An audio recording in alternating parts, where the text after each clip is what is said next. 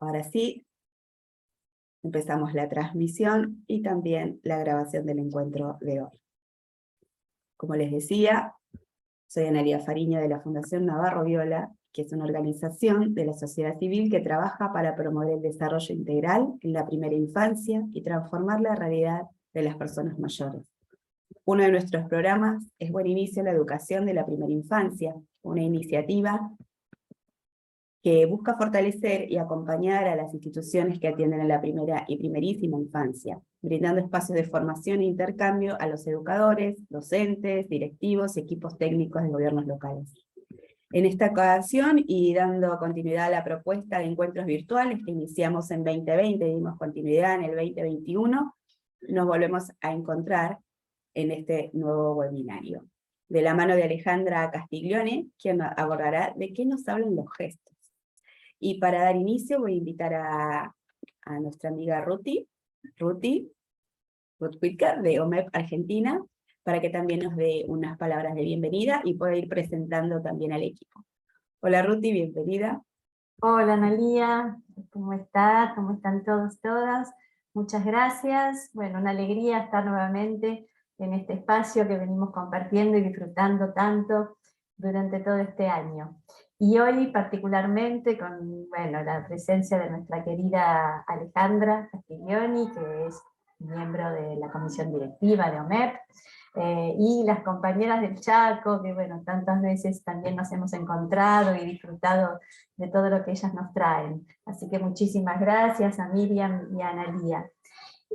Así que para dar inicio les voy a presentar a Patricia Bali, que es nuestra compañera, socia colaboradora de OMEP, que hoy tiene a cargo la coordinación de este webinario. Patricia es maestra, es psicopedagoga, educadora, artista plástica y una valiosísima compañera que siempre nos enriquece con sus aportes y su compañía. Así que Patri, el micrófono es tuyo y empecemos, adelante. Bueno, gracias Ruti, muy buenas tardes a todas y a todos los que nos están acompañando hoy. Y sí, es un día de alegría, comienza este ciclo de septiembre con una presentación de lujo de nuestra querida María Alejandra Castiglioni y sus dos amigas chaqueñas, que ahora mismo ya las voy a presentar, en este ciclo del buen inicio en la educación de la primera infancia, y ellas van a tomar el valioso tema de la educación intercultural crítica en la primera infancia, el pluralismo cultural como una referencia de una propuesta educativa cotidiana. El tema puntualmente es una pregunta: ¿de qué hablan esos gestos? Voy a presentarles con una mini bio, porque cada una de ellas tiene una trayectoria muy valiosa, con un currículum también extenso, pero voy a presentar brevemente para darles justamente el mayor tiempo a las panelistas y a la presentadora de la propuesta. María Alejandra Castiglioni es profesora de educación preescolar y es especialista en gestión cultural y magíster en sociología de la cultura y análisis cultural. Y hoy la van a acompañar con una experiencia situada en el Chaco, en Cacique Pelayo, Analía Edith Medina. Ella es auxiliar docente aborigen, es música y docente COM, intercultural, bilingüe del nivel inicial, de la Unidad Educativa de Gestión Privada 72, de Cacique Pelayo, Fontana, provincia de Chaco.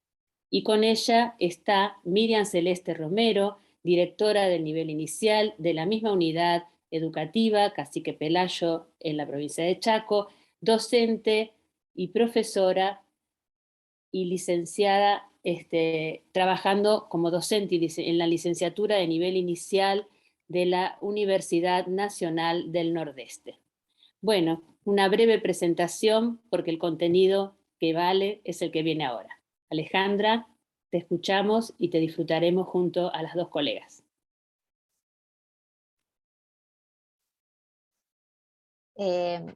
¿No podría iniciar el video? ¿Hace falta desactivar que sea detenido? A ver si puedo. No se puede todavía, pero mientras les pedimos que por favor se solucione a las compañeras de la Fundación. ahí voy a poder compartir la imagen. Acá me dice no se puede iniciar su video porque el hospedador lo detuvo. Eso es lo que me cuenta Zoom. Mientras tanto, a ver si podemos ahora. Sí, ahora sí. Muchísimas gracias. Bueno, vamos a ir pasando unas diapositivas y mientras llega esta trama, le agradezco a Patri Bali sus intervenciones siempre comprometidas con la infancia y siempre amorosas. A la Fundación Navarro Viola y OMEPS elevar esta trama, como la que nos muestra este artista plástico, una trama donde pensar colectivamente las distintas dimensiones de la educación infantil hacia ese buen inicio, ¿verdad? En la educación de la primera infancia que nos compromete y apasiona, y agradezco a todos quienes están aquí en este recorrido. Como decía Patri, les invito a pensar juntos a partir de la educación intercultural crítica para la primera infancia como una oportunidad de humanizar desde el territorio de los cuerpos. Así entonces, junto a Miriam y Nani, sentí pensar ese pluriverso cultural cotidiano que habita el jardín y que una mirada respetuosa, atenta y humanizante permite que su presencia se convierta en referencia de la propuesta educativa. La invitación hoy es a detenernos en los gestos portadores de sentidos y texturas, gestos como pregunta, ¿verdad? Para acercarnos sensiblemente a aquello que ellos portan y nos cuentan, indispensables para referenciar nuestra intencionalidad pedagógica. Este primer aporte van a ver que entraña una mirada interdisciplinar. Va a haber un aporte de la educación infantil, la antropología del cuerpo, la sociología de la cultura. Yo digo que dialogan en un espacio inter para desbordar sus límites y ampliar la mirada hacia el interior de la educación intercultural crítica. Y después hacia el interior de las prácticas educativas cuando escuchemos a las compañeras. Bien, preguntas. ¿De qué hablamos cuando hablamos de interculturalidad? ¿Cómo se gesta este concepto y cómo continúa gestándose? Bien, recordemos muy rápidamente el contexto de esta gesta juntas, una perspectiva ética, estética, política, pedagógica, metodológica, educativa y siempre digo, muy lejana a una romantización, porque aquí hay o intentamos construir una militancia crítica, comprometida y por supuesto esperanzadora. Vamos con la siguiente imagen. Nos van a acompañar obras de arte de artistas plásticos latinoamericanos, porque el arte es la revolución del espíritu. Y ahí aparece, llega, no vimos antes la de Sul Solar, bueno, no importa. Vamos. Sí, eso te ¿Sí, iba a se vio? decir. Ahora, no, no se vio, ahora se está viendo. Bueno, ahí estaba esa trama que intentábamos mencionar, celebrándola. Y nos vamos a Torres García, que nos trae Nuestra América. Miremosla desde una perspectiva cuestionadora.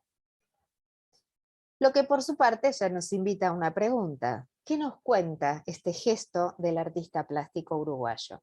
En principio, tensiona el modo cotidiano de ver nuestra patria grande, que por su parte es la tierra entrañante de este abordaje. Alrededor de los 70 surge el concepto de interculturalidad en las ciencias sociales, estrechamente ligado con la problemática indígena latinoamericana en la lucha por los derechos y el territorio. Mariátegui lo dice claro, el problema del indio es la tierra, del indígena, decimos ahora. Este territorio de lucha se extiende en el reconocimiento de la enorme diversidad étnica que tenemos en la región, más la resultante de los numerosos movimientos migratorios que todos conocemos, en distintas oleadas, en distintas situaciones sociohistóricas. En este contexto se hace visible el malestar ocasionado por la colonización y la herida colonial, portadora sello de la negación y la exotización resultantes de la mirada europea hacia lo nuestro. Buscamos en este abordaje, como diría Kusch, pensar en y desde nuestra América, lo que nos conecta con el suelo para construir arraigo, sabiendo que sin esto, la colonialidad del saber, del poder, del estar, opera desconociendo identidades y sabidurías legítimas, ancestrales y también populares. El concepto permea en las instituciones educativas, ámbito de disputas y resistencias si lo hay, y ahí emerge el concepto de la educación intercultural, y se instala como un tema central en las reformas educativas, curriculares y también constitucionales. Dice Catherine Walsh: no es extraño que está citada en la bibliografía que adjuntamos. No es extraño que uno de los espacios centrales de esta lucha sea la educación como institución política, social y cultural. Así, continúan en la escuela, en la institución educativa, gestándose reivindicaciones, y las enunciaciones promueven el respeto hacia las lenguas originarias en los diseños curriculares. Se consolidan los inicios de la educación intercultural bilingüe, ¿sí?, hacia el reconocimiento y sostenimiento de los saberes, historias y tradiciones que las lenguas portan, desde ya un modo singular de nombrar y de leer el mundo. Y ahí me voy a detener. Les invito a detenernos. Si bien esta perspectiva, esta construcción es fundante, considero que la interculturalidad actualmente excede el campo del bilingüismo porque comprende un enorme abanico de categorías de análisis sociocultural, político también. Y como dice Dussel, Enrique Dussel, también citado en la bibliografía, la interculturalidad contemporánea amplía sus horizontes a otros criterios de análisis sociocultural, perdón, una sirena, para incluir además etnia, nacionalidad, sexo, género autopercibido, rango etario, religión, clase social, más los consecuentes e inacabados procesos donde la posición eurocéntrica erupciona en arbitrarias representaciones para juzgarlos, representaciones que no tienen que ver con su naturaleza.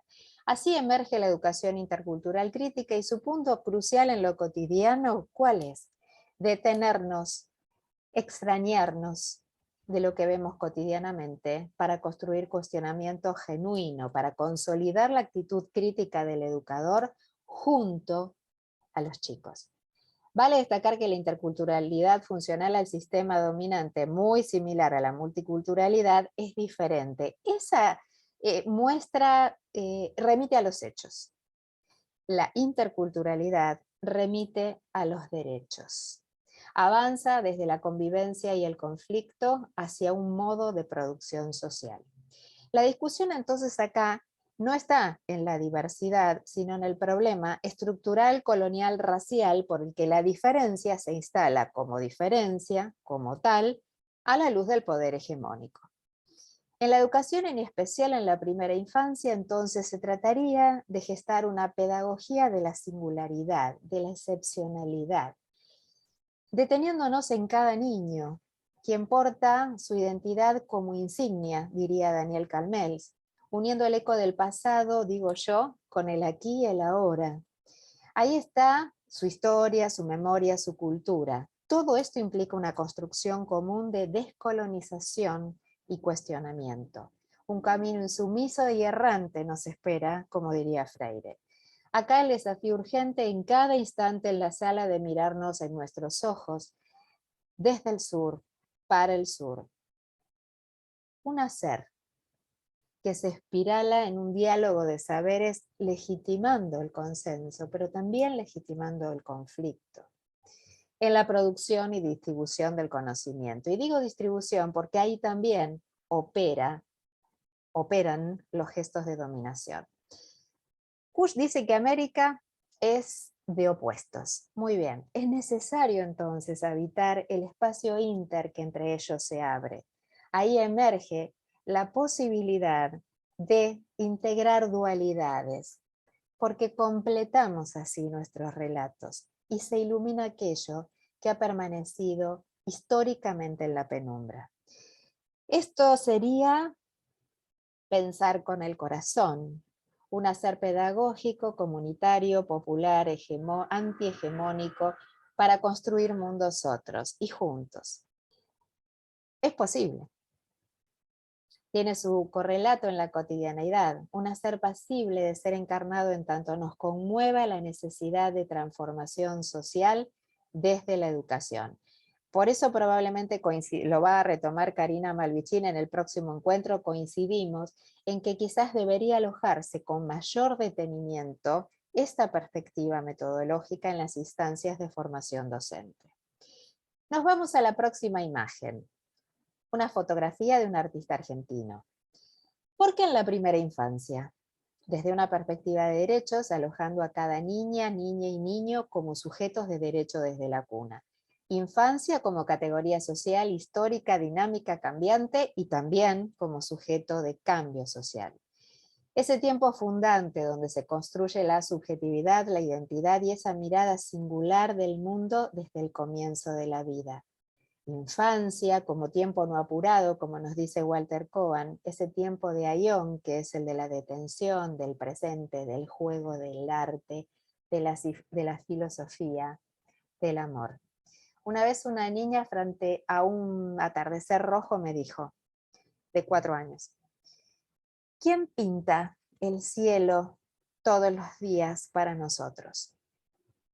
Entonces, un tiempo de asombro, ese que rescata Chul Han cuando apela a ese asombrado niño que llevamos dentro, al que el asombro le devuelve la posibilidad de percibir al mundo en su diversidad caleidoscópica.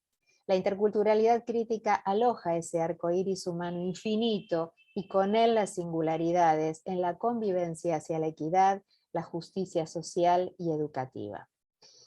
Me gusta hablar de infancias, ¿no? Porque nunca hay, en plural, porque no hay un único estar siendo, siempre está impregnada de estructuras culturales. Nos vamos a la próxima imagen, otra fotografía de una argentina. La cultura. ¿De qué hablamos cuando hablamos de cultura? Esa que se gesta en cada gesto al habitar nuestros mundos.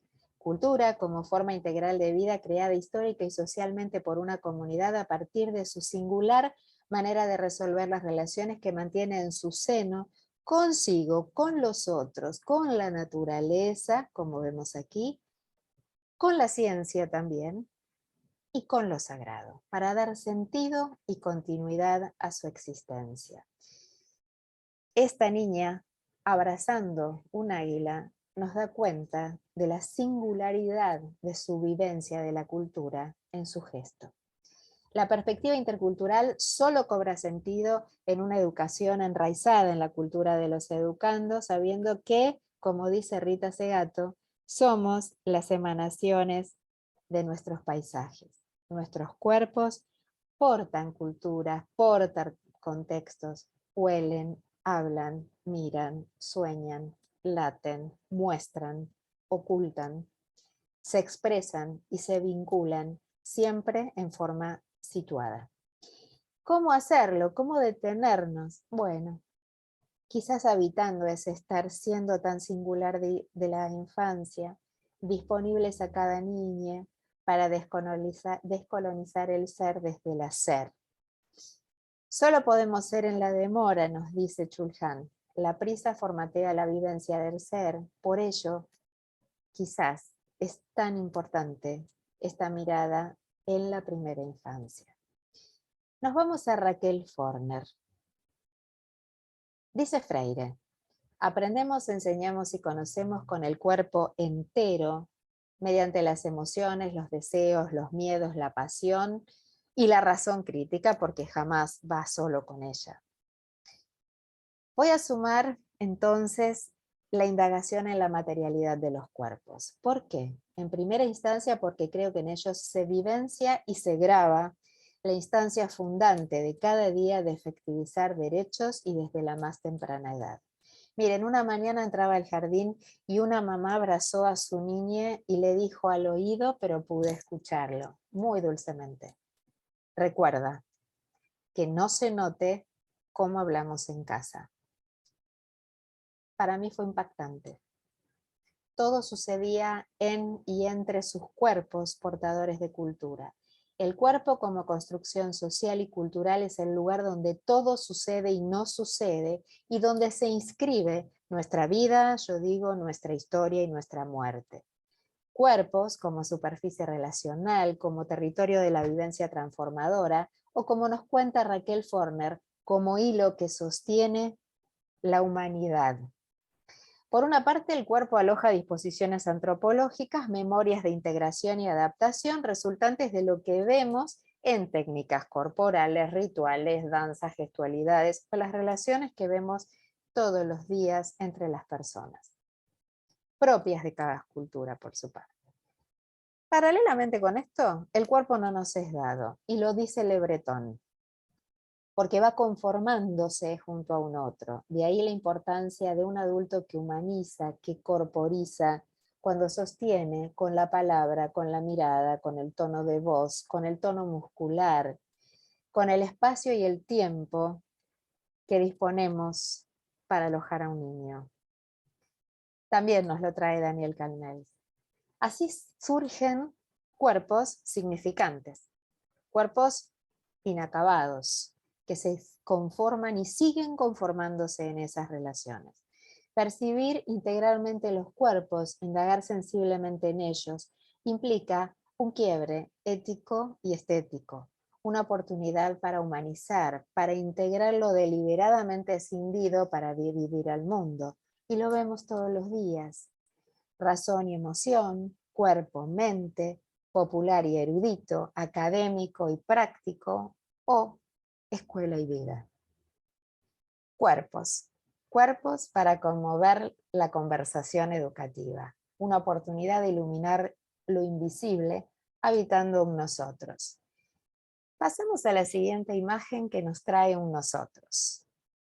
Pensando en ellos, en un nosotros, ¿qué hay entre y más allá de la materialidad de los cuerpos? En esta obra podemos indagar un poquito en eso.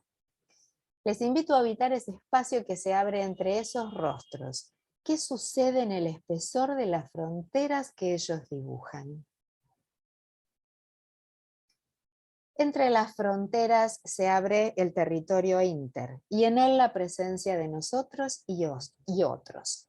Rostros, y con ellos resonancias de una clase, de una familia, de una etnia, o como diría Dussel, un rostro es la epifanía del otro absoluto. Una vez, Juan de 5 años me dijo, las fronteras son de humo. Quizás sea así.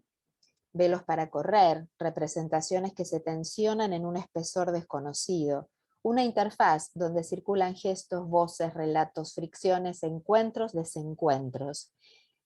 Mientras nos adentramos en ese espacio, que es el espacio de la corporalidad. Un espacio dialógico, un potente territorio de intercambios, donde se amasa la experiencia transformadora desde pequeños. Y como decía antes, donde se efectivizan derechos, donde se tramita, mejor dicho, la efectivización de derechos. Y todo se inscribe en el cuerpo.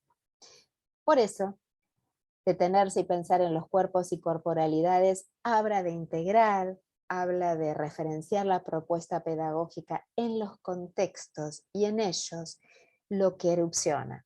Emociones, deseos, incertidumbres, miedos, sueños de infancias. Y muchas preguntas, porque en ellas germina la semilla de la descolonización.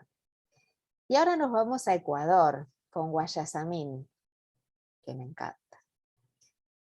Los cuerpos visibilizan nuestra diversidad cultural en la evidencia de nuestro pelo, de nuestro andar, de nuestro mirar, nuestro habitar cada gesto que con su potencia despierta y evoca las más variadas representaciones.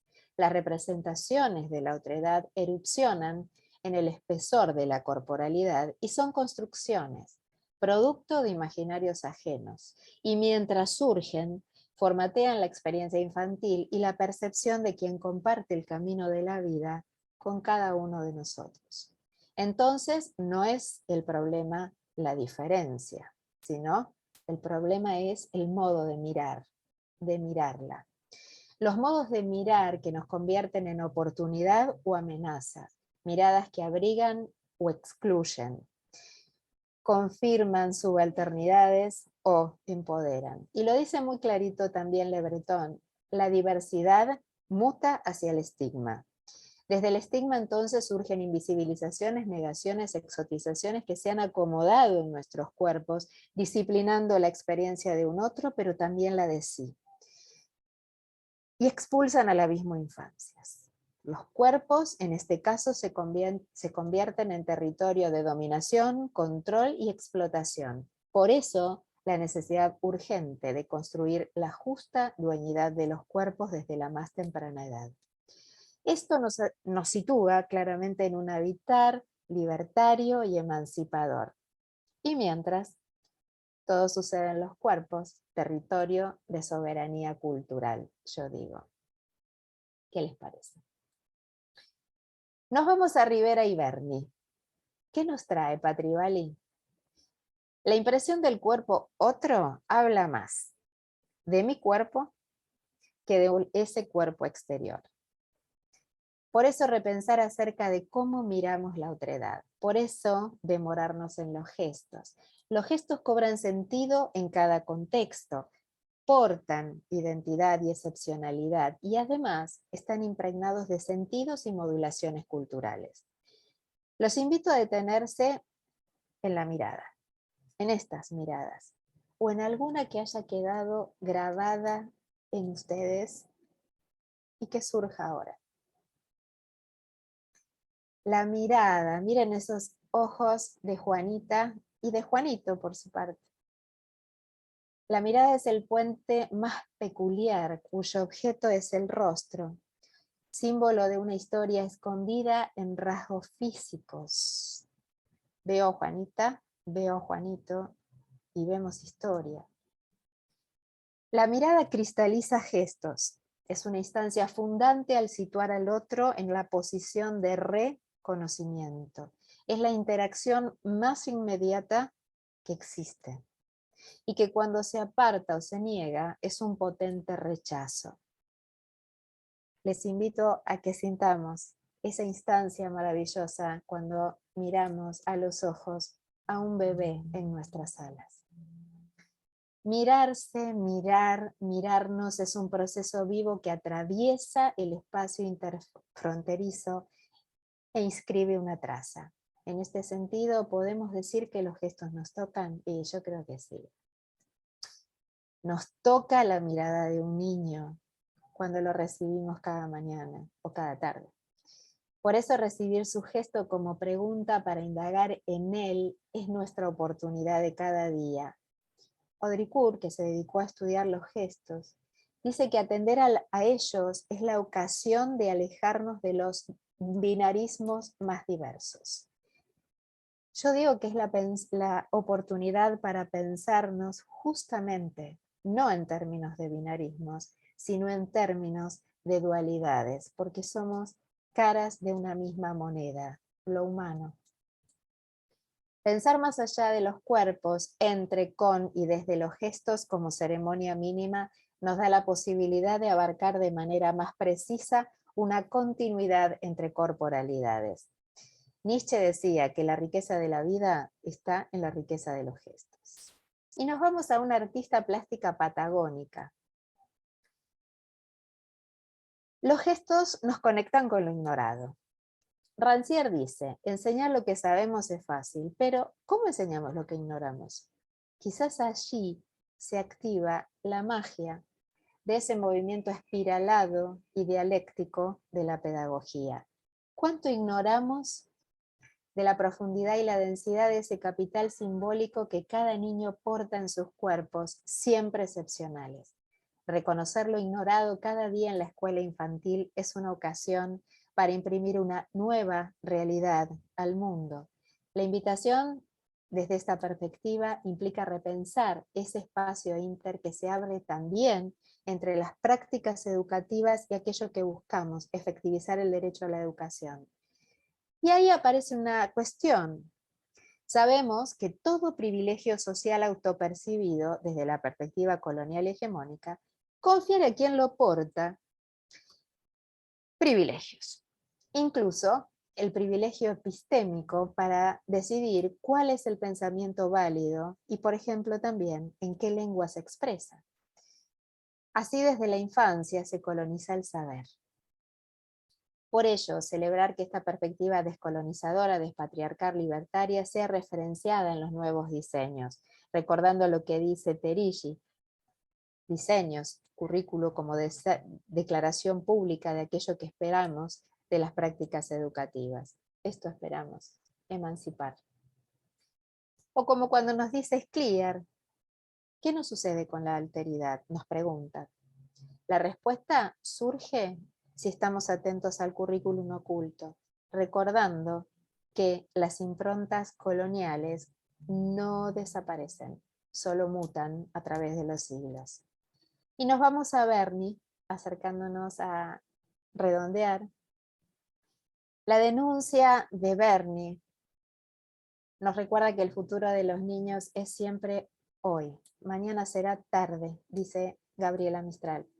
La conversación educativa intercultural invita a esa demora libertaria en el presente de las infancias, que por su parte no se llevan nada bien, ni con la prisa, ni con el consumo, ni con la mercantilización de la vida. En tiempos decoloniales nos situamos en la dialéctica de la batalla cultural, en la necesidad urgente de descolonizar y desde la inmediatez de la corporalidad. En un tiempo suspendido, en un instante único e irrepetible como es el de la conversación educativa, concibiendo a cada niño, niña y niña como ciudadano intercultural desde el nacimiento. Maturana dijo que amar es dejar aparecer. Bueno, la educación intercultural crítica es un territorio para aparecer como somos, en libertad y desde el amor. Y nos preguntábamos qué nos cuentan los gestos. Yo puedo decir que los gestos nos cuentan quiénes somos, qué sentimos. Lo sentí una tarde, celebrando en la Huohuó, allí en Chaco, cuando una niña de 5 años, susurrador mediante, me regaló un cuento en lengua com. No la hablo, no la comprendo literalmente, pero yo les puedo asegurar que comprendí claramente lo que sus gestos, la cadencia de su voz, su ternura inmensa, sus pausas, su entonación, me contaban acerca de ella, de su cultura y del legado de sus ancestros. Lo recibí con amor y respeto y les puedo asegurar que ese instante mínimo me transformó. Esto sucedió en la comunidad de Cacique Pelayo de la provincia de Chaco. De allí, Miriam Romero y Nani Medina. Gracias por escucharme. Y llega Nani y vamos a dejar de compartir pantalla y yo voy a apagar mi cámara.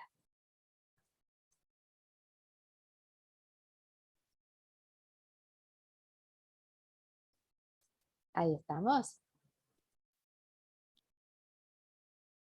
Nani, te invitamos a que prendas tu cámara y ya podés compartir el comienzo de esta experiencia tan bonita.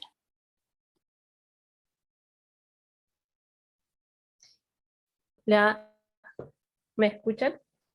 Sí. Bien.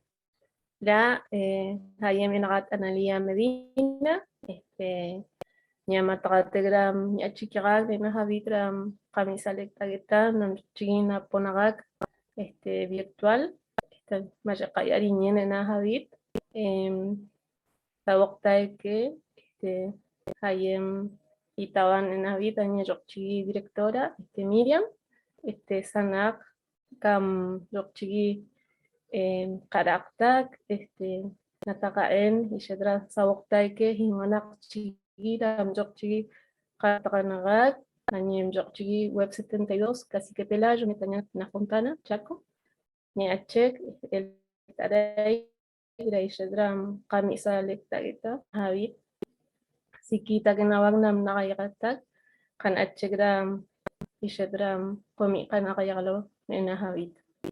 Bueno, mi nombre es Analia, pertenezco al pueblo Qom. Me acabo de presentar en mi lengua materna, que es el Qom, agradeciendo esta posibilidad de hoy compartir con todos ustedes esta experiencia que realiza la institución, que es la Web 72 de Cacique Pelayo, que está ubicada en Frucana. Me acompaña mi directora Miriam Romero, con quien vamos a estar compartiendo nuestras experiencias que desarrollamos en el nivel inicial.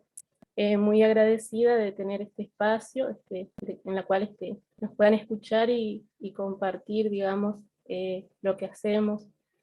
Hoy, como decía recién, estaba escuchando a Alejandra, todo lo que compartió en cuanto a lo que esa palabra de colonizador, cómo hoy nosotros podemos contar con una educación bilingüe, en donde nuestros niños, nuestras niñas y abatón, que puedan conocer nuestra cultura, la maicha karatak compi, y alectaboram, y kaya paguen, que puedan aprender su lengua materna dentro de las instituciones educativas. Es hablando históricamente, surge, digamos, esto con la ley 3258, hablando específicamente en la provincia del Chaco, que es la cual dio inicio, digamos, a que pueda haber una educación bilingüe en todas las escuelas de la provincia del Chaco. Con esta ley 3258, en la cual nuestros ancianos lucharon mucho para que en nuestras escuelas pueda también enseñarse todo lo que tenga que ver con nuestra cosmovisión como pueblos indígenas y también nuestras lenguas maternas, porque también ellos querían, o sea, que sus hijos, sus nietos aprendan, pero que sí, sin perder, sin perder, digamos, lo que es nuestra cosmovisión, nuestra lengua. Así que más o menos eso quería compartirles, y agradecida por estar hoy y que me puedan escuchar, agradecida de que se hayan podido tomar el tiempo también de poder participar en este encuentro. Así que bueno, Miriam, le cedo la palabra a Miriam. Hola. Hola a todas. Bueno, muy agradecida, como decía Nani, Analía, muy agradecida antes que nada a Fundación Navarro Viola, a Omet, que ya nos acompaña hace un tiempo, a Alejandra, por supuesto, por este espacio, ¿no? Por un lado, para que nosotros podamos compartir nuestra experiencia, pero también para que podamos pensar juntos, cómo seguir construyendo una educación más plural, más inclusiva, intercultural, como un proyecto ético, social, político, que es necesario para todos, no solamente para una comunidad en particular donde haya en este caso un pueblo originario, ¿no? Entonces, bueno, muchísimas gracias en ese sentido. Y la verdad que Analía Alejandra, cuando nos propone compartir esto, y con esta pregunta de qué nos hablan esos gestos, muy disruptivo, muy, bueno, en sintonía con todo lo que Alejandra compartió recién, ¿no? Pero ¿de qué hablan esos gestos? Nosotros decíamos, con todas las docentes, somos un equipo de 11 docentes, y somos un centro educativo que tiene el nivel inicial, primaria, secundaria, escuela de formación profesional, pero particularmente con el equipo de educación inicial, y de hecho hoy estamos solo Nani y yo, pero somos autoras de esta experiencia, todo el equipo. nos preguntábamos, bueno, a ver, ¿de qué gestos podemos hablar? ¿Qué gestos? ¿No?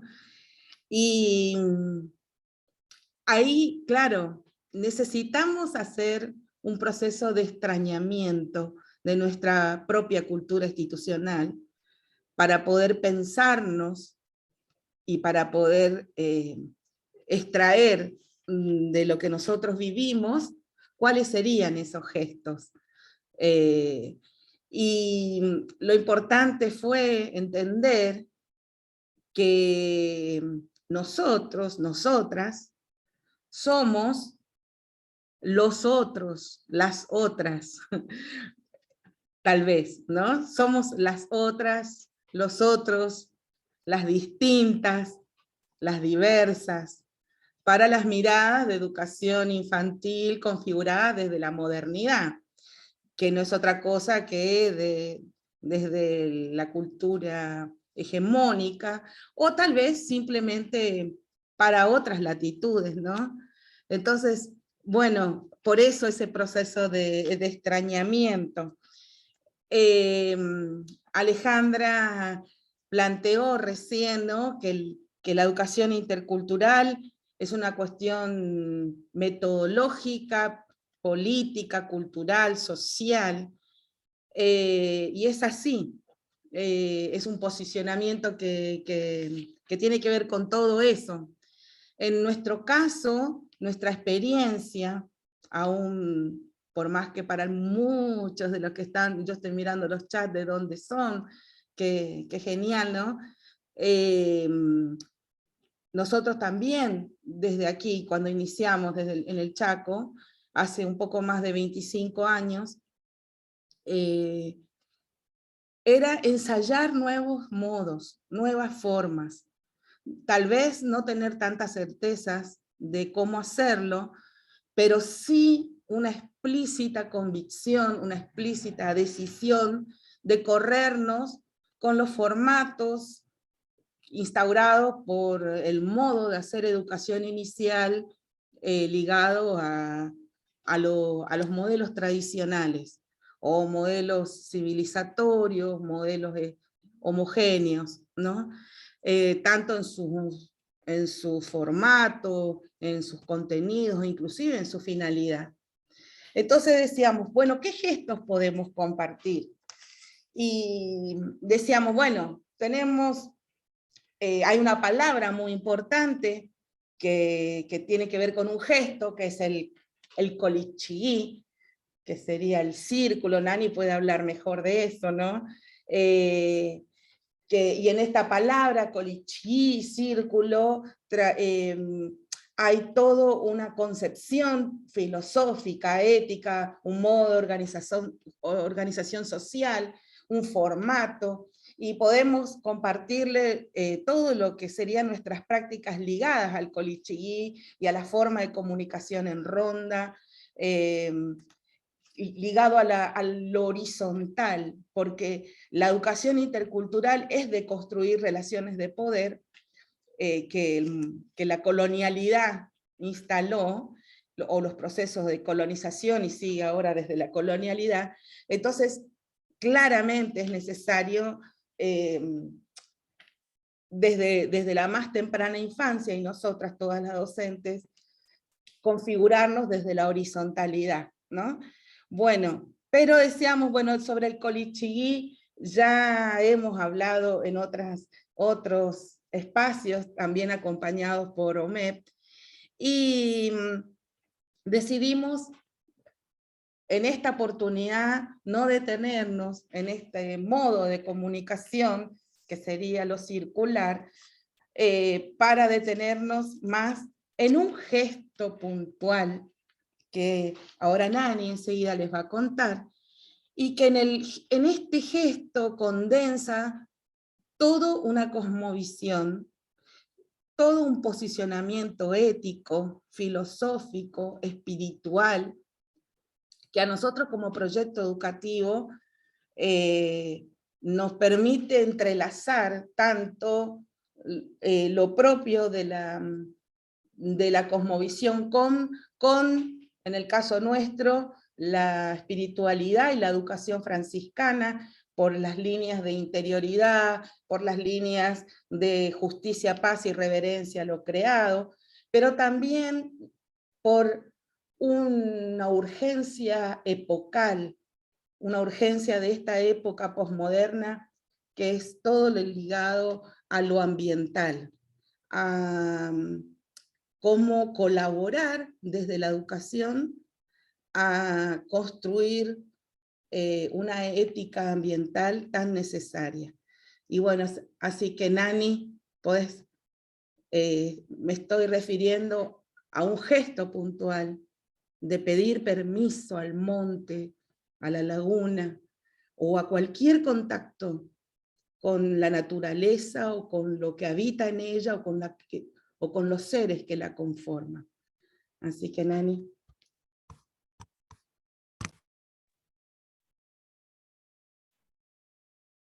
Bueno, hacemos bueno, que elegimos este gesto puntual, digamos, que es el pedir permiso a la naturaleza, ¿no es cierto?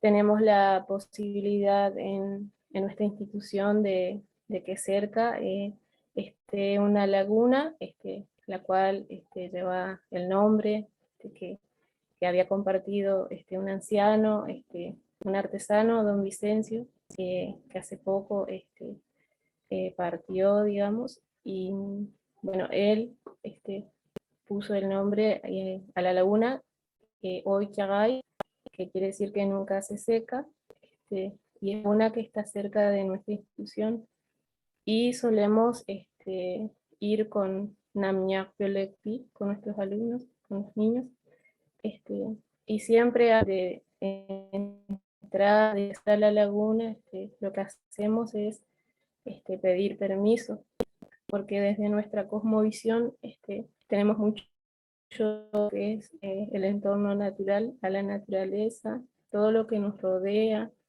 tanto el aviak que decimos en Qom, el monte, Naetrat, el agua, Napigem, el cielo, o sea, todo lo que hay en Namjokchiki Alba, en la tierra, digamos, para nosotros tiene vida, tanto Novetalagna Alba, lo que hay en la tierra, como Namvetashum Napigem, lo que está en el cielo. Entonces todo para nosotros tiene vida, hasta lo más mínimo. Y por eso siempre que vamos al aviar o al monte, pedimos permiso. Y esa es una enseñanza que se nos transmitió de generación en generación, ya que nuestra cultura es una cultura oral, y esos saberes se han transmitido, digamos, son saberes ancestrales, que hoy también podemos compartir con Namñak Pelekpi, y bueno, esto de pedir permiso al monte, de que si vamos al monte, pedir permiso a los seres que cuidan el monte, que vamos a buscar solamente lo necesario, que no vamos a sacar cosas de más, porque entendemos que hay alguien que cuida el monte. Y así mismo pasa con la laguna, hay seres que viven en el agua para nosotros, hay seres que viven allí, que cuidan, entonces es importante pedir permiso antes de ingresar a la laguna, al Ocharay, que nosotros llamamos, y entonces esos saberes también se los transmitimos a Naña Pelekpi. Y hoy, por ejemplo, mencionaba Miri la circularidad también, es que como un gesto, digamos, que ya se había explicado, pero que también voy a explicar un poquito. El Colichigui, el círculo, es donde para nosotros como pueblos indígenas también, y Yetra tienen una gran significancia, ya que nosotros siempre en las reuniones que hacemos son circular, lo cual nos permite mirarnos a los ojos, nadie queda fuera del Colichigui, también se respeta la palabra del otro, se da tiempo a un hermano o hermana que quiera expresar, digamos, su palabra, su pensamiento, entonces ya se lo escucha, se respeta ese momento.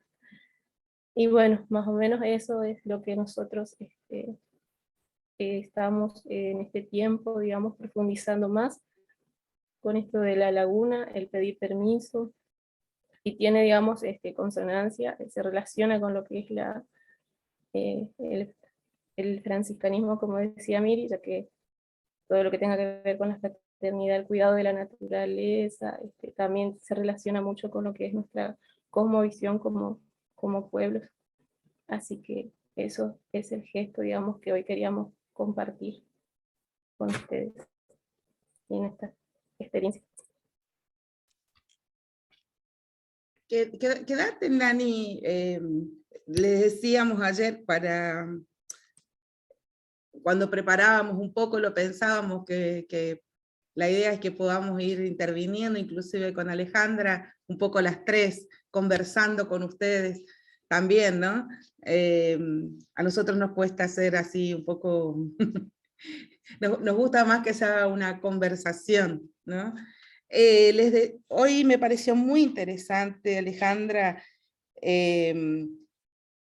cuando decías cómo enseñar lo que ignoramos, cómo habilitar la enseñanza, pensaba, ¿no?, de aquello que está en las infancias, cómo enseñar, cómo habilitar en los espacios de educación formal aquello que traen las familias, no importa, digamos, de cualquier familias portadoras de cultura, de territorios, de tradiciones, de ancestros, cómo hacer que las escuelas infantiles habiliten espacios para que las infancias y sus familias puedan traer al espacio escolar esos saberes.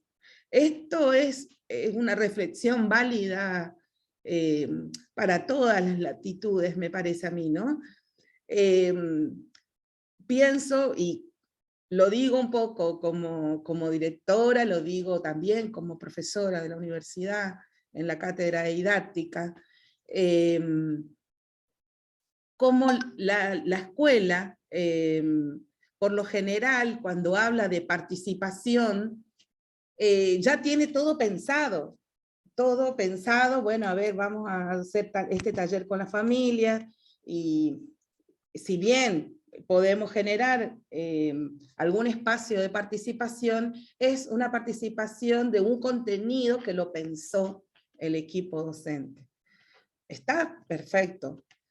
Nosotros, en nuestro caso, en nuestra experiencia, lo hacíamos así, hasta que nos fuimos como repensando esto en el marco de la educación intercultural, en el marco de esto que estaba hablando Alejandra sobre las infancias y el concepto de infancias, no solo como una etapa de la vida, sino también como ese estado de asombro, ese tiempo no cronológico, sino tiempo de asombro, de placer.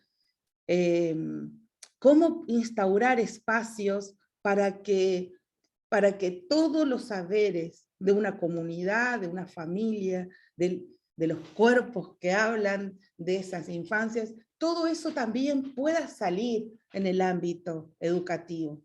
Y ahí convertirse en aprendizaje para todos y todas, para nosotras las adultas en este caso también. Y fue esto de habilitar espacios para generar esto, ancestralmente es caminar, entrar al monte.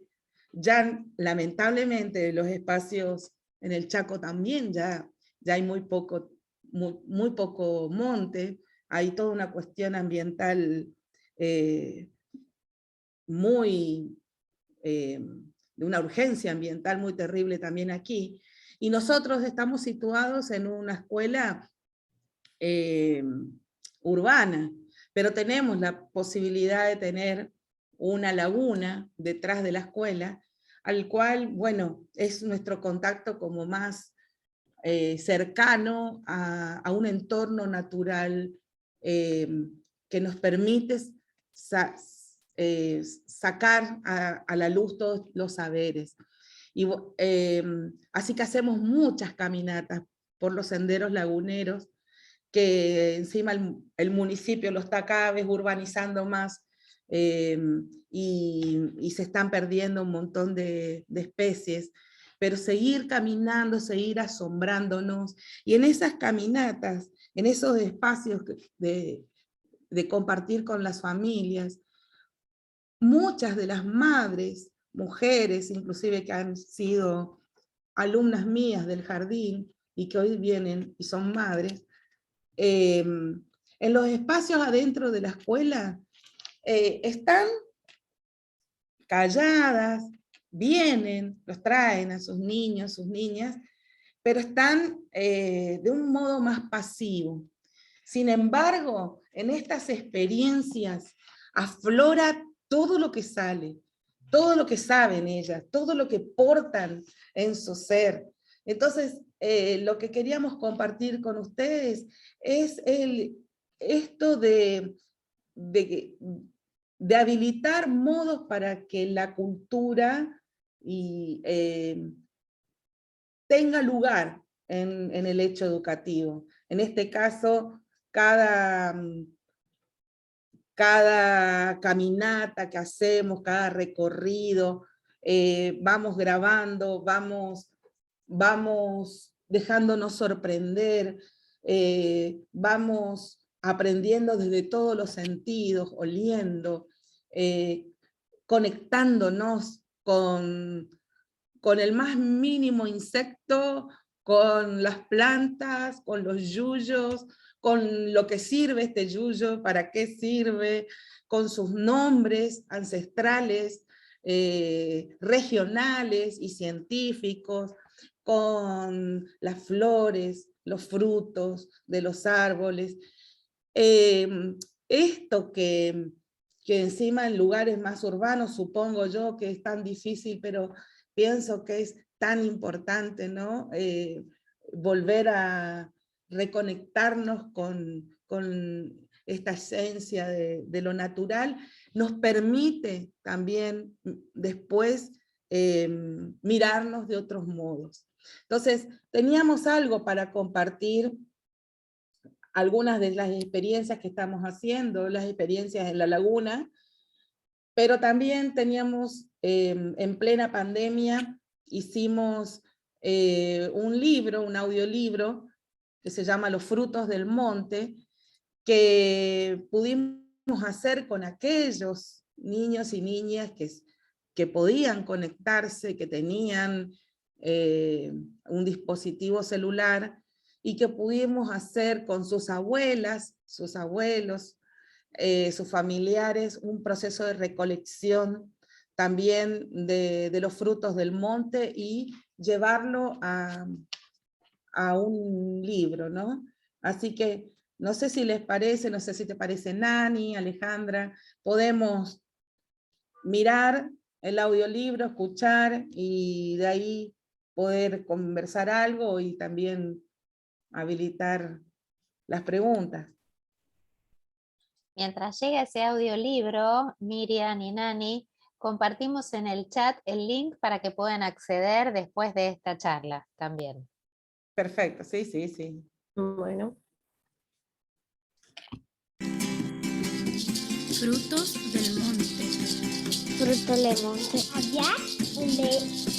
Había Memorias de las infancias.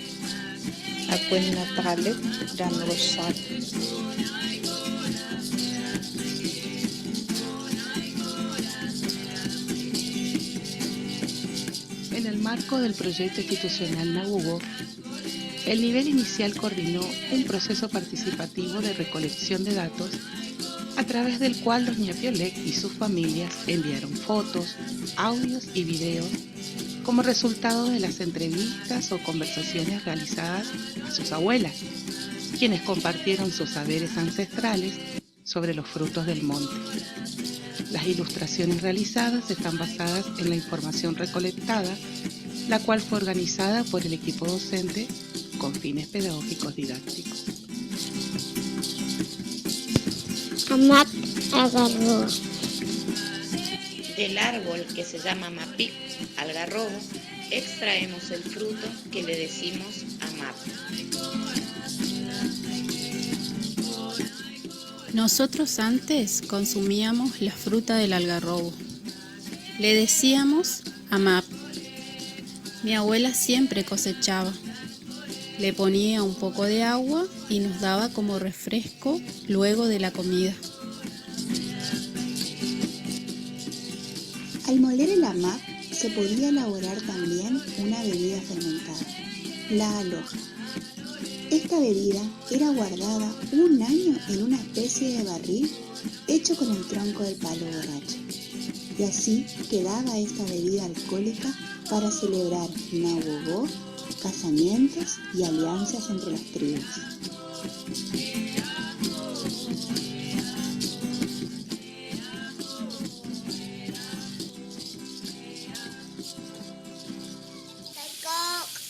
Ñangapiri.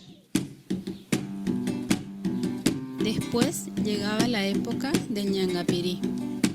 Nos íbamos al monte con mi abuelo y cosechábamos.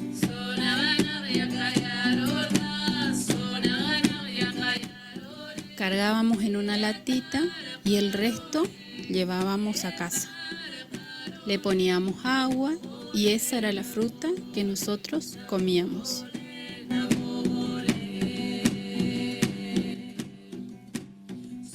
Las abuelas dicen que la planta sirve para ayudar a disminuir la presión alta y para tratar problemas digestivos. Sus hojas, sean verdes o secas, sirven para hacer té y consumir como agua durante el día, en el mate o el tereré.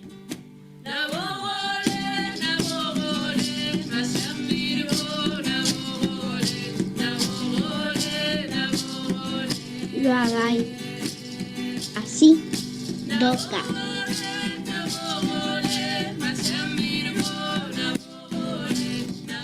Es un fruto que sale de una enredadera.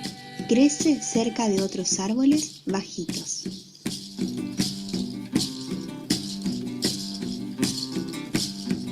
Se puede comer antes que la agarre la helada. Mi abuela me hizo probar de todo, el tasi también.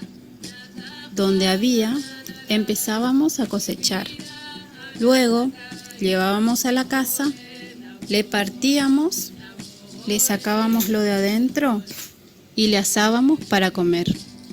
Ese era un alimento para la vista y para la garganta, según lo que decía mi abuela.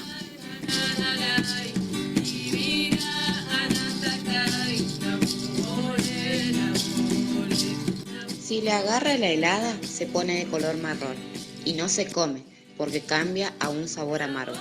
Cuando esto pasa, se puede asar o hervir para comer.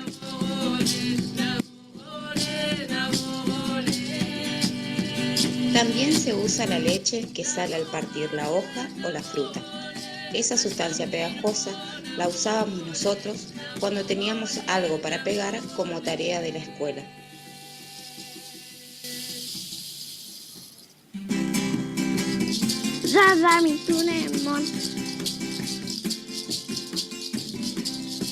La tuna del monte tiene una fruta que se come, le decimos rayamí. De esta planta también se puede conseguir una tintura para teñir de color rojo.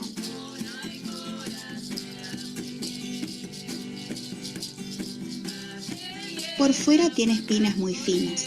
Al cortar las frutas, las poníamos en el piso y las sacudíamos con yuyos, colocándonos siempre en contraviento para que no se vuelen las espinas, porque si te entra en la piel es muy difícil sacarla.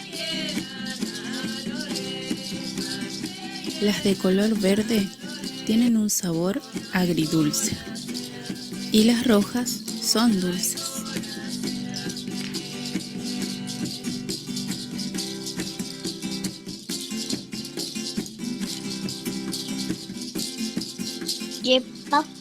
Pasacana. El yepak tiene una pulpa blanca con semillitas negras. Es muy jugosa no es una fruta ni muy dulce ni muy amarga. Tiene un gusto especial. Es crujiente al morder la pulpa.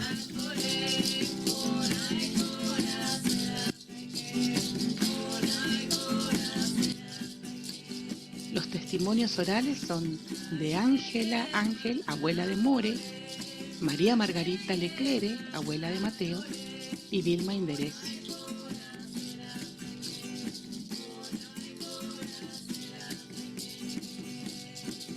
Continuará.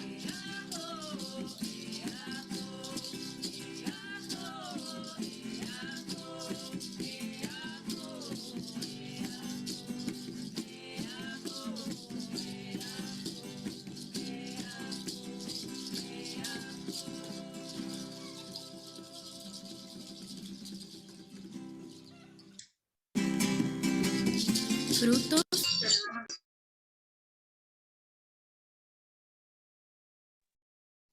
Bueno, qué maravilla, ¿eh?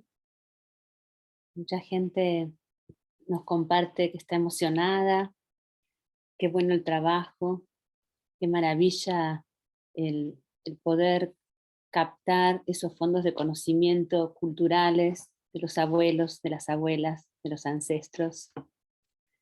Bueno, mis queridas Analía, Nani, Miriam, Ale, si les parece, prendan sus cámaras y vamos a compartir la voz de quienes nos están acompañando en esta tarde tan intercultural. Tan intercultural es que les cuento que tenemos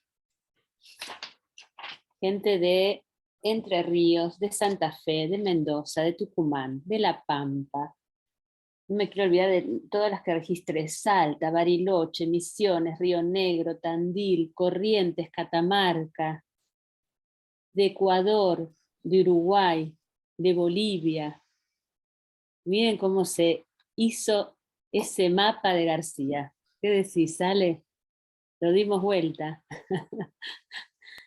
Bueno, Le damos vuelta. lo damos vuelta. Los comentarios que van haciendo quienes nos acompañan son de muchísima riqueza. Sabrina está diciendo ahora que poco sabemos de cada cultura de nuestra tierra. Así que qué fabuloso, Nani y Miriam, que nos hayan acercado esa laguna, y mientras escuchaba el audiolibro, imaginaba el recorrido que iban haciendo las niñas con sus abuelas, con sus abuelos, ¿no? Tomando las frutitas, y cuánta sabiduría hay allí. Los fondos de conocimiento que hay en cada familia, y que la escuela, desde una pedagogía de la ética, la puede tomar. Otra docente decía por aquí qué poca formación hay en los profesorados al respecto de esta propuesta más intercultural. Hay poca formación, y creo que tiene que ver también con algo más cultural y general, que ustedes hablaron, colonizante, que es que todavía nos faltan los gestos de la apertura, del sentimiento. Nos falta la consideración de un otro en muchos sentidos. Pero la escuela es la gran ocasión. Ale, lo dijiste, me hiciste acordar a Graciela Montes, ¿no? Que dice, es la gran ocasión, es la gran oportunidad. Así que somos las y los docentes los que tenemos este capital humano, que sean los niños, para habilitar, ¿no? Bueno, las dejo para que abramos algo de esto, de cómo. Algunas docentes dicen, pero ¿y cómo? ¿Y qué gestos? Ustedes ya dijeron uno. ¿Qué otros? Hablaron de la mirada, hablaron del rostro. Por ahí puede haber una pedagogía de la mirada, ¿no? Y de la palabra. Sí, particularmente me parece muy, muy oportuno lo que Alejandra hoy en el inicio planteó, ¿no? Que cada persona, cada rostro, cada cuerpo, nuestros cuerpos, cada familia es portadora de cultura. Entonces, y desde un lugar no romántico, sino crítico, saber que la escuela tradicional y civilizatoria, debajo del guardapolvo blanco, negó mucho tiempo todo lo que las familias y las culturas de todo tipo, ya sean las originarias, las migrantes, de las distintas migraciones, de los países limítrofes, las que vinieron de más adelante, o sea, se fue negando, ¿no? Y también se fue instalando relaciones de poder y relaciones de estatus, digamos, de las culturas, o sea, y todo los unos eso, y los otros. todo eso circula en la escuela. Todo eso circula en los contenidos, todo eso circula en todo lo que brindamos en la escuela. Entonces, poder pensarnos esto, habilitar que las culturas tengan lugar en las escuelas, para que todas las culturas sean posible vivirlas y sean posibles aprender, digamos, junto con las infancias también, aprender de cada una de ellas. Me parece que ese es el gran desafío y bueno, cada institución puede ir encontrando los modos de ir habilitando esos espacios. Así que bueno, este es algo que decía, creo que Ale fue que dijo, detenernos en lo cotidiano, ¿no? Y sorprendernos, ¿no? Porque muchos preguntan, bueno, ¿y por dónde empezamos? ¿Qué hacemos? Y a veces es simplemente eso, ¿no? Detenernos, mirarnos, porque creo que tiene que ver con una actitud personal. Esta es una pedagogía también de una actitud que tiene que nacer del corazón de cada uno, y de dar lugar a la sabiduría que hay en cada sujeto, y que cada sujeto tiene derecho, no hay exclusiones de ningún tipo, Y saber que además esos gestos construyen conocimiento. Cada gesto, decíamos, que trae aquello que ha sido ubicado en el lugar de la penumbra, y que está vivo, que viene a completar nuestros relatos, ¿verdad? Que viene a contarnos, como decía Miriam, esos otros que nos hacen ser nosotros, y que están presentes cada día en la escuela, solo que la mirada hegemónica, eurocéntrica, blanca, patriarcal, vino a ensombrecer, a invisibilizar, pero resulta que no, que están vivos, que son culturas vivas. Entonces con ellas construir conocimiento, y yo creo que hay un punto determinante, como decía Patri, que es el extrañamiento de lo cotidiano, que ¿de dónde arranca? Arranca de las entrañas de la efectivización de derechos. Yo creo que acá, en este gran debate, no me gusta hablar de cancelar debates, no, pero sí fundamentar desde todo punto de vista que la educación intercultural crítica basada en una perspectiva de derechos consolida esa perspectiva ética, política y estética que traía Miriam. Es el derecho a la cultura, a la educación, el derecho a ser quienes somos, lo que fundamenta ese extrañamiento de lo real que traía Patri, y que bueno, por su parte, es un término que le agradecemos a Peter McLaren, ¿no? Y además trajiste el término también de que cada sujeto es excepcional. Sí. Me parece muy bella esa expresión, ¿no? A veces lo excepcional lo tomamos más por lo distinguido, por lo que sobresale, por lo extraordinario, y todos tenemos una excepcionalidad, ¿no? Partiendo ahí de esa consideración de un otro como alguien con derecho y excepcional y único, no podemos menos que estar ahí, prestar atención y donarnos, ¿no? Donarnos en la posibilidad de que el otro sea. Pensaba también cómo, bueno, lo sabemos muy bien desde la psicoanálisis y demás, cómo la subjetividad se construye con los otros, con las otras.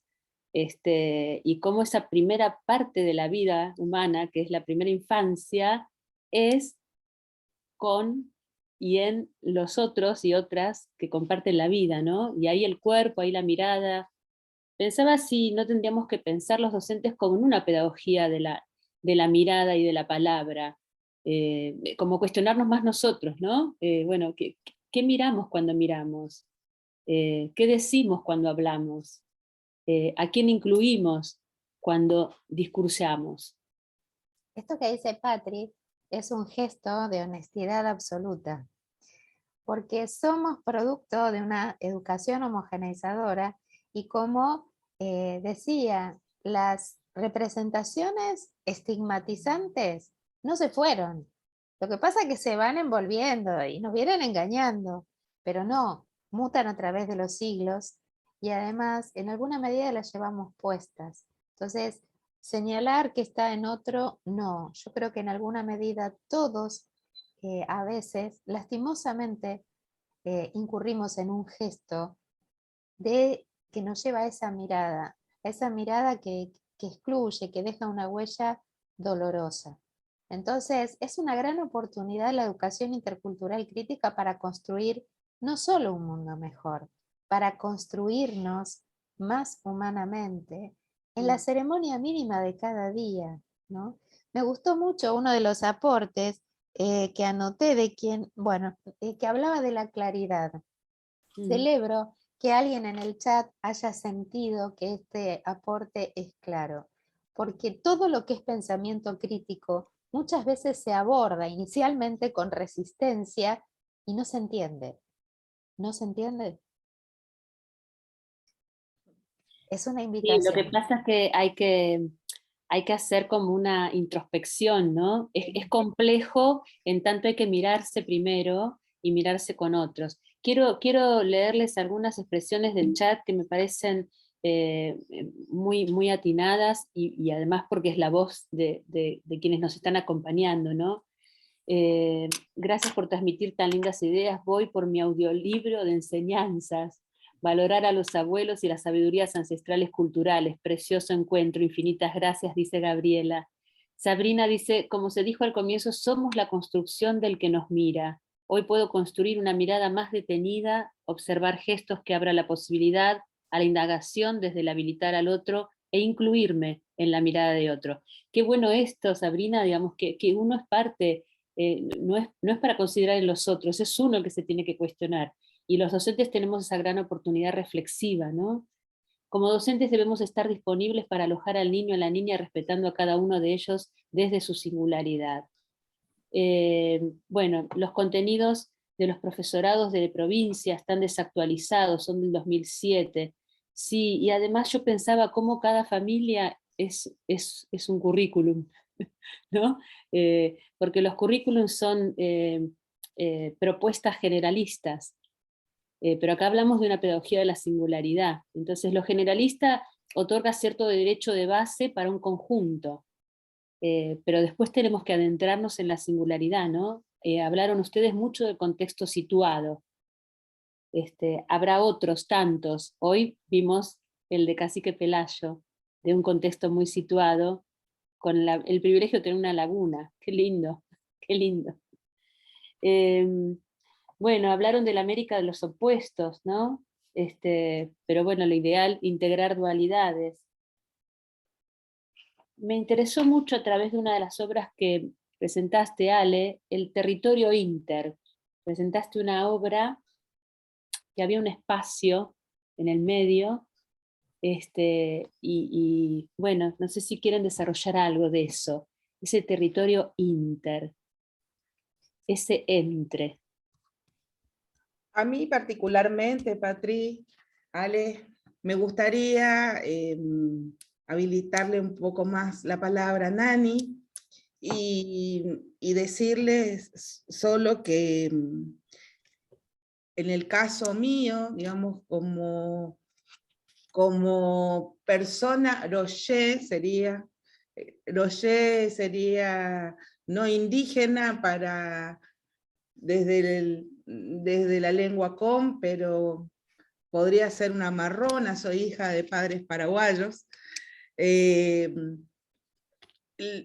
Entender que la educación intercultural nos necesariamente, además de invitarnos a mirar nuestros orígenes, nuestra historia, también nos invita a repensar las relaciones de poder, siempre. Las relaciones de poder dentro de la escuela, las relaciones de poder entre compañeras, compañeros, las relaciones de poder entre sociedad, universidad, sociedad, escuela, jardín. Y bueno, es eso, como ir pensándonos en esas relaciones de poder para poder, como hoy decíamos, establecer más relaciones de horizontalidad, ¿no? Entonces, que el saber también se pueda ir construyendo horizontalmente, colectivamente. Y en ese sentido, Nani tiene mucho para enseñar. Habíamos pensado que Nani es, además de excelente docente y gran referente, es música, es compositora, es cantante, y bueno, queríamos darle la palabra y también darle la palabra cantada para que nos regale. Qué no lindo. sé si estás de Y Nani, acuerdo. claro, por supuesto. Y Nani, quiero pedirte algo que pide alguien Sí. de los oyentes, de los que nos están compartiendo, que quieren saber cómo se le pide permiso a la naturaleza.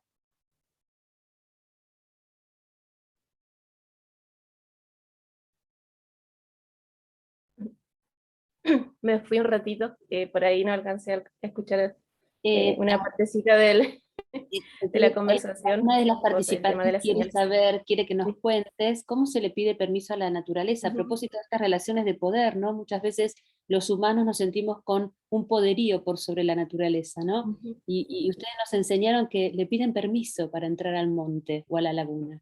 ¿Cómo se le pide permiso, Sí. Nani? O sea, como me decían mis papás, Haya Shela, o sea, se le pedía al ser que cuida el monte que vamos a ingresar, o sea, decirle, contarle que si vamos a buscar leña, bueno, que íbamos a cortar lo necesario, que no íbamos a exceder, digamos, solamente retirar lo necesario a la hora de buscar leña, o por ejemplo cuando se iban a buscar para comer algún animal, solo, o a pescar, por ejemplo, que los que viven en el agua, los seres del agua, te pedían que iban a retirar solamente, por ejemplo, una cierta cantidad de pescado que va a durar, no sé, cierto periodo de la semana, que solo eso, o sea, ellos decían también que al pedir permiso, o sea, nosotros pedimos permiso, pero no nos vamos a exceder en lo que vamos a sacar del monte, tanto así de la etapa del agua, y también le pedimos que nos cuide, ese ser que cuida el monte, que nos cuide si hay algún animal que nos pueda llegar a hacer daño en ese momento, pero que también ellos nos cuiden, digamos, cuando estamos buscando lo que necesitamos en el monte. O sea, con solo decir eso ya estamos, digamos, pidiendo permiso también. O lo que nosotros nos sale en el momento también, o sea, de decir, aunque sea 2 o 3 palabras, pero el que está ahí, o sea, Somilota Fabián, el que cuida, ya sabe tu intención. Así que eso sería. Qué belleza, qué Y por respeto. ejemplo, siempre, o sea, traigo a la memoria, o sea, todo lo que yo alcancé, digamos, de vivir con mis padres. Por ejemplo, cuando íbamos a buscar leña, a esta hora a veces, veníamos de vuelta a la casa, mi mamá nos llamaba por los nombres uno a uno. Hola, Analí, así iba nombrando los nombres, o sea, de sus hijos. Y un día yo le pregunté, mami, ¿vos por qué vos nos llamas cuando nos vamos a la casa? Y ella me dijo, ese es para que el espíritu de ustedes no quede ahí deambulando en el monte. O sea, porque si queda deambulando, ustedes no van a dormir bien o se pueden enfermar. Entonces ella nos llamaba uno a uno antes de venir a la casa. Eso también, digamos, es una enseñanza que nos transmitieron. Hay Al algo, cuidado y ternura. Ujú. Y al no pedir permiso, o sea, ese cuidado que tenemos en la naturaleza, si nosotros sobrepasamos, también rompemos ese equilibrio que siempre se habla. Por eso hay tanto, hoy en día escuchamos de tantos desastres ambientales, por ejemplo, los vientos fuertes, cuántas tormentas, cuántas inundaciones, y también, digamos, hoy que mencionaba Miri, el tema del desmonte, es algo muy triste, porque para nosotros la tierra es nuestra casa, karma, porque ella es nuestro sustento. Hablando históricamente, mis abuelos, mis ancestros no iban a un kiosco a comprar, qué sé yo, harina o pan, así que nosotros, o sea, mis abuelos iban al monte en tiempos donde hay fruta, por ejemplo, hoy que mostrábamos el AMAP, que es el algarrobo, iban a buscar AMAP, y así, o sea, el monte es lo que nos ofrece para nosotros, es la vida en sí. Por eso es el cuidado que nosotros tenemos hasta lo más mínimo. Así que bueno, eso quería decir. Cuánto para aprender, Nani. Nos esto, vamos despidiendo con esta canción. Ah, sí, perdón, Miriam. y lo último, esto que en el chat Sandra está diciendo, eso hago lo mismo con mis plantas, cuando le hablo, o ese vínculo que uno tiene con una mascota. O sea, en realidad es tratar de recuperar la humanidad, o sea, lo más profundo de lo humano que nos conecta en un lugar de igualdad con la naturaleza y no por encima, ¿no? Y eso es lo que nosotros recuperamos con todo este saber ancestral que nos trae Nani. Bueno, de mi parte, Ñachek, gracias. De mi parte, muchas gracias también por la escucha y por cada gesto que nos permitió hacer una tarde muy enriquecedora para todos. Alguien Gracias. dijo una tarde federal, una tarde intercultural, y la vamos a cerrar con la voz de Nani. Gracias, muchas gracias. Gracias por esta posibilidad, esta canción.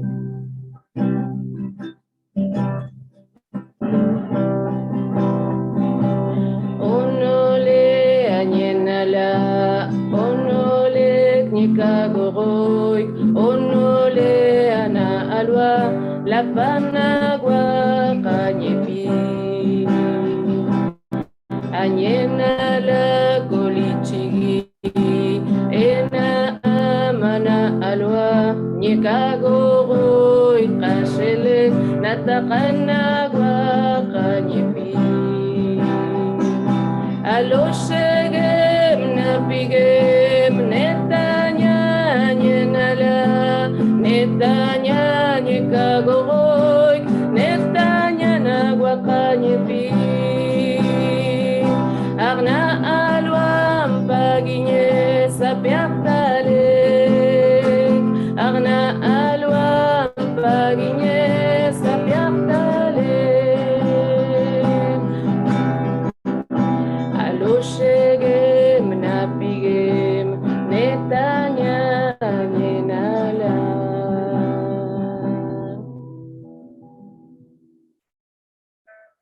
Gracias. Gracias. Así nos ¡Qué enseñó. emoción! ¡Qué emoción, Nani! Gracias, gracias por este regalo precioso que nos dejás. Muchas gracias. No, por favor, a usted. Un gusto escucharte, un gusto. Gracias. Muchas Bien, gracias. bueno, muchas gracias a todo el equipo, Miriam, Nani, Ale, Patri, la verdad que disfrutamos de una tarde preciosa, ahí en el chat hubo unos mensajes tan lindos que me gustaría leerlos a todos, pero ya estamos cerrando. Ruti, ¿querés decirnos algo? También agradecerle a Ale, Patri, a Miriam, a Nani, realmente las palabras que han llegado y salido de corazón a corazón, ese sentipensar, como Ale siempre nos enseña, bueno, lo tuvimos aquí mucho para reflexionar. A mí por lo menos me han quedado muchas preguntas para hacerme a mí misma y compartir en distintos espacios con los colegas, los educadores, bueno, cada vez que tenemos oportunidad de estar juntos y juntas y cuestionarnos y aprender y reflexionar y seguir intentando mejores mundos para nuestras infancias. Así que muchísimas gracias. Gracias a todas, gracias a todos los que nos acompañaron el día de hoy. Y nos volvemos a encontrar el 29/9 de la mano de Karina Malvicini, quien va a abordar de dónde vienen esas voces. Muchas gracias a todos y todas y nos vemos la próxima semana. Chao, chao. Gracias.